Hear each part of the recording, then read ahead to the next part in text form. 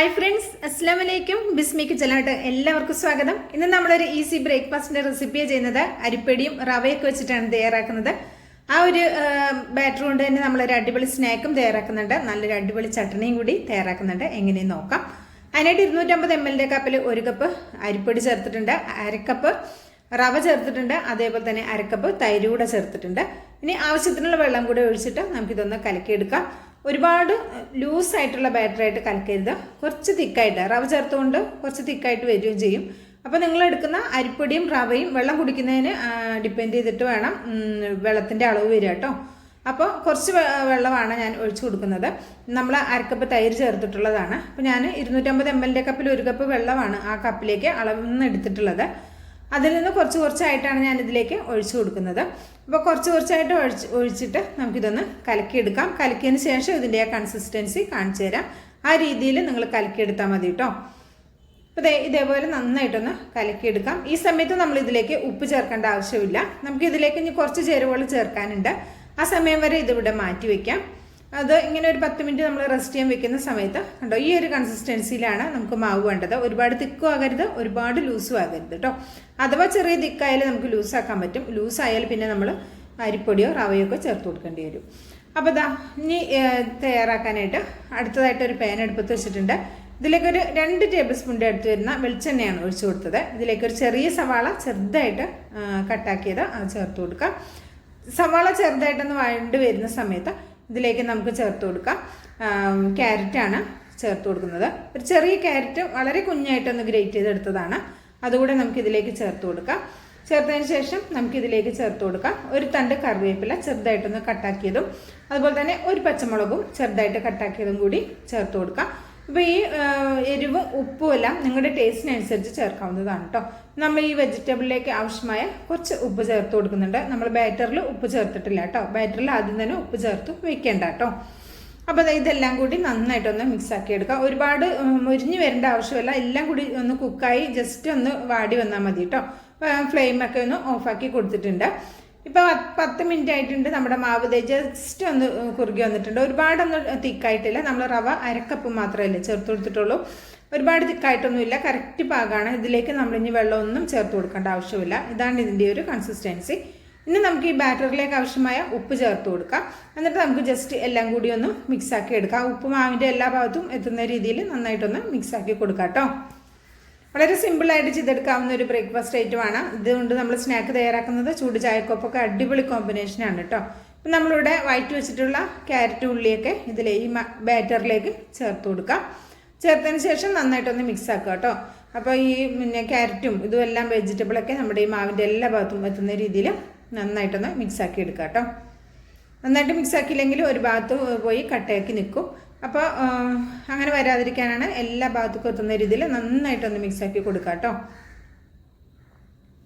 വളരെ സിമ്പിളായി ചെയ്തെടുക്കാം. നല്ല ടേസ്റ്റുമാണ്. ഹെൽത്തി ആയിട്ടുള്ള ഓയിലൊന്നും അധികം ചേർക്കാത്ത നല്ല ടേസ്റ്റി ആയിട്ടുള്ള ഒരു ഹെൽത്തി ബ്രേക്ക്ഫാസ്റ്റ് ഐറ്റമാണ് കേട്ടോ.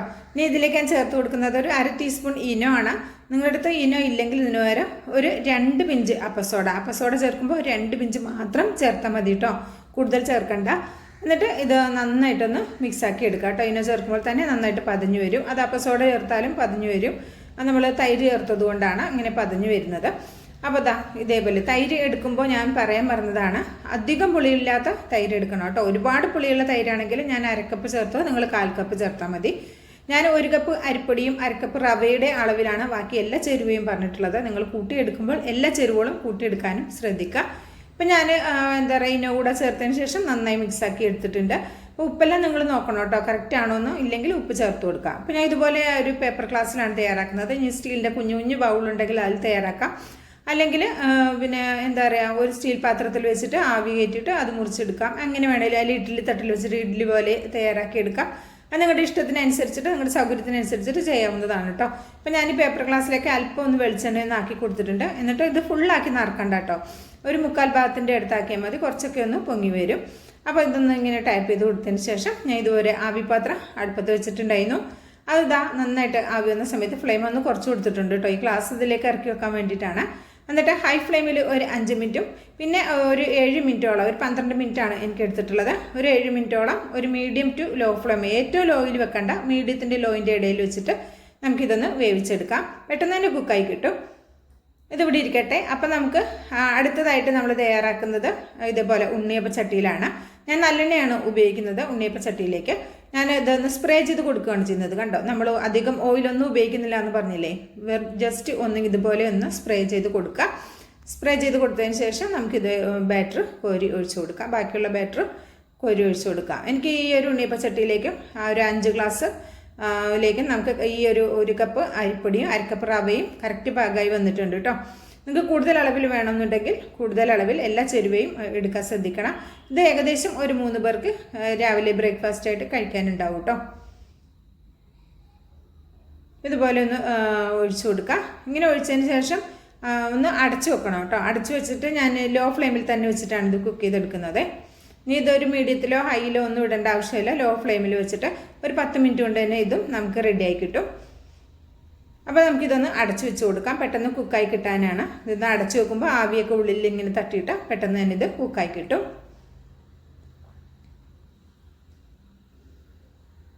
ഇതിപ്പോൾ ഒരു ഭാഗം ആയിട്ടുണ്ട്. നമുക്ക് പതുക്കെ ഒന്ന് മറിച്ചിട്ട് കൊടുക്കാം. ഒരു 5 മിനിറ്റ് ഒക്കെ ആയപ്പോൾ തന്നെ ഒരു ഭാഗം ആയിട്ടുണ്ട്.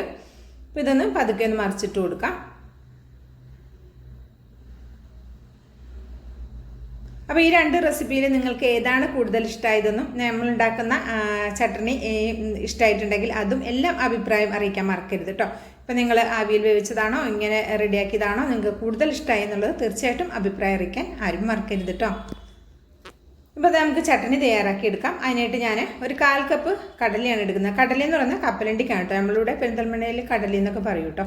ഇപ്പോൾ കപ്പലണ്ടി എടുത്തിട്ടുണ്ട്. 3 പച്ചമുളക്, ഒരു 4 ചെറിയ ഉള്ളി, ഒരു ചെറിയ കഷ്ണം ഇഞ്ചി, ഒരു തണ്ട് കറിവേപ്പില. ഇനി ഇതിലേക്ക് ഒരു 3/4 കപ്പ് തേങ്ങയും കൂടി ചേർത്ത് കൊടുക്കാം. എന്നിട്ട് ഇതിലേക്ക് നമുക്കൊരു 1/2 കപ്പ് വെള്ളം കൂടി ഒഴിച്ചു കൊടുക്കണം. ആവശ്യത്തിനുള്ള ഉപ്പും ഇപ്പോൾ തന്നെ നമുക്ക് ചേർത്ത് കൊടുക്കാം. എരിവും ഉപ്പുമൊക്കെ നിങ്ങളുടെ ടേസ്റ്റിനനുസരിച്ച് ചേർക്കാം കേട്ടോ. അപ്പോൾ എൻ്റെ ഈ ഒരു ചട്ടണിയിൽ ഒരല്പം എരിവ് കുറവായിരുന്നു. അപ്പോൾ നിങ്ങൾ ചേർക്കുമ്പോൾ ഒരു 4 പച്ചമുളകൊക്കെ വേണമെങ്കിൽ ചേർത്ത് കൊടുക്കാം. ഒരു 1/2 കപ്പ് വെള്ളം കൂടി ഒഴിച്ചിട്ട് അരച്ചിട്ട് ഒരു 1/4 കപ്പ് കൂടെ വീണ്ടും ചേർത്ത് കൊടുത്തിട്ടുണ്ടായിരുന്നു കേട്ടോ. കുറച്ച് അരയാൻ ബുദ്ധിമുട്ടായപ്പോൾ ഞാനൊരു 1/4 കപ്പ് വെള്ളം കൂടി ഒഴിച്ച് കൺസിസ്റ്റൻസി പാകാക്കിയിട്ടുണ്ട്. പിന്നെ ഇതിലേക്ക് ആ മിക്സിയിൽ നിന്ന് കഴുകി 2 ടേബിൾ സ്പൂൺ വെള്ളം കൂടി ചേർത്ത് ഇതൊന്ന് മിക്സാക്കി എടുക്കുന്നുണ്ട് കേട്ടോ. ഇനി നമുക്കിതിലേക്ക് ഒരു വറവ് തയ്യാറാക്കണം. ഉപ്പൊക്കെ കറക്റ്റ് പാകമാണ് കേട്ടോ. ഇപ്പോൾ അതായത് നമ്മൾ ഒരേ ബാറ്റർ കൊണ്ട് തന്നെ ബ്രേക്ക്ഫാസ്റ്റും സ്നാക്കും തയ്യാറാക്കുന്നില്ലേ, അതിൽ നമ്മൾ ഉണ്ണിയപ്പം ചട്ടിയിലുണ്ടാക്കി നമ്മുടെ സ്നാക്ക് റെഡിയായി വന്നിട്ടുണ്ട്. ഫ്ലെയിം ഓഫ് ആക്കിയിട്ടുണ്ട്. ഇതൊരു പാത്രത്തിലേക്ക് കോരി മാറ്റാം. നല്ല സോഫ്റ്റ് ആയിട്ടുള്ള നല്ല ടേസ്റ്റ് ആയിട്ടുള്ള ഐറ്റമാണ് കേട്ടോ. ഒരു പ്രാവശ്യങ്ങൾ റെഡിയാക്കി നോക്കണം. എന്നിട്ട് ഫീഡ്ബാക്ക് അറിയിക്കാൻ മറക്കരുത്. വീഡിയോ ഇഷ്ടമാകുകയാണെങ്കിൽ തീർച്ചയായിട്ടും ഒരു ലൈക്ക് തന്ന് സപ്പോർട്ട് ചെയ്യാൻ മറക്കരുത്. വീഡിയോ കാണുമ്പോൾ തന്നെ ഒരു ലൈക്ക് ചെയ്ത് കാണാൻ ശ്രദ്ധിക്കുക കേട്ടോ. അപ്പോൾ പിന്നെ ലൈക്ക് ചെയ്യാനുള്ള കാര്യം മറന്നു പോവില്ല കേട്ടോ. അപ്പോൾ അതായത് നമ്മുടെ ആവിയിൽ വേവിച്ചതും ഇവിടെ റെഡി ആയിട്ടുണ്ട്. ഇനി നമുക്ക് ഫ്ലെയിം അങ്ങ് ഓഫാക്കി കൊടുത്തേക്കാം. എന്നിട്ട് നമുക്കിതൊരു പാത്രത്തിലേക്ക് മാറ്റി കൊടുക്കാം കേട്ടോ. ഇവിടെ റെഡി ആയിട്ടുണ്ട്. ഞാൻ ഫ്ലെയിം ഓഫാക്കിയിട്ടുണ്ട്. ഒരു പാത്രത്തിലേക്ക് മാറ്റി കൊടുക്കുകയാണ്. ജസ്റ്റ് ഒന്ന് ചൂടാറിയിട്ട് നമുക്കിത് ഗ്ലാസ്സിൽ നിന്ന് വേർപിടിച്ചെടുക്കാം കേട്ടോ.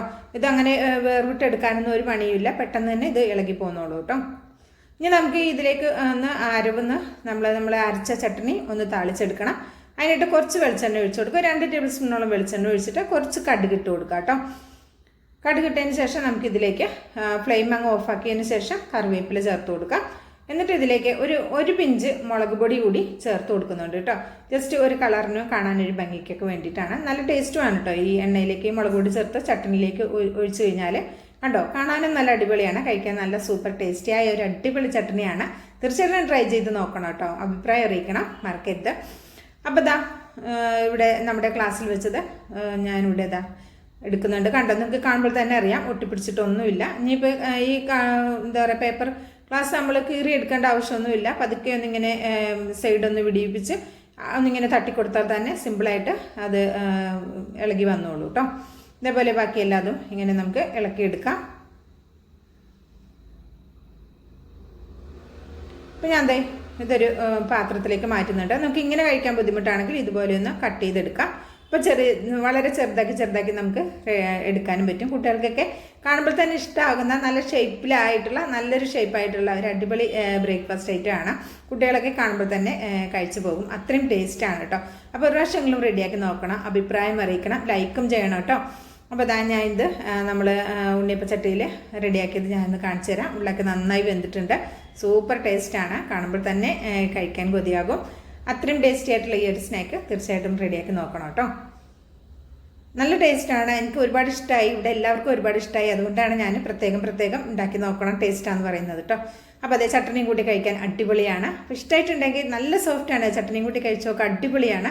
അപ്പോൾ ഇഷ്ടമായിട്ടുണ്ടെങ്കിൽ ട്രൈ ചെയ്ത് നോക്കുക, അഭിപ്രായം അറിയിക്കുക, ലൈക്കും ചെയ്യുക കേട്ടോ. ബിസ്മി കിച്ചൺ എന്ന യൂട്യൂബ് ചാനൽ സബ്സ്ക്രൈബ് ചെയ്ത് കാണുന്നതിൻ്റെ എല്ലാ പ്രിയ കൂട്ടുകാരും ഒന്ന് സബ്സ്ക്രൈബ് ചെയ്ത് അടുത്തിരുന്ന ബെല്ലൈക്കൺ ഒന്ന് എനേബിൾ ചെയ്ത് വെച്ചാൽ മാത്രമേ നമ്മളിടുന്ന വീഡിയോസിൻ്റെ നോട്ടിഫിക്കേഷൻ നിങ്ങളിലേക്ക് എത്തുള്ളൂ. അപ്പോൾ ഇൻഷാ അല്ലാഹ് അടുത്തൊരു വീഡിയോ ആയിട്ട് വരാം. എല്ലാവർക്കും നന്ദി, നമസ്കാരം.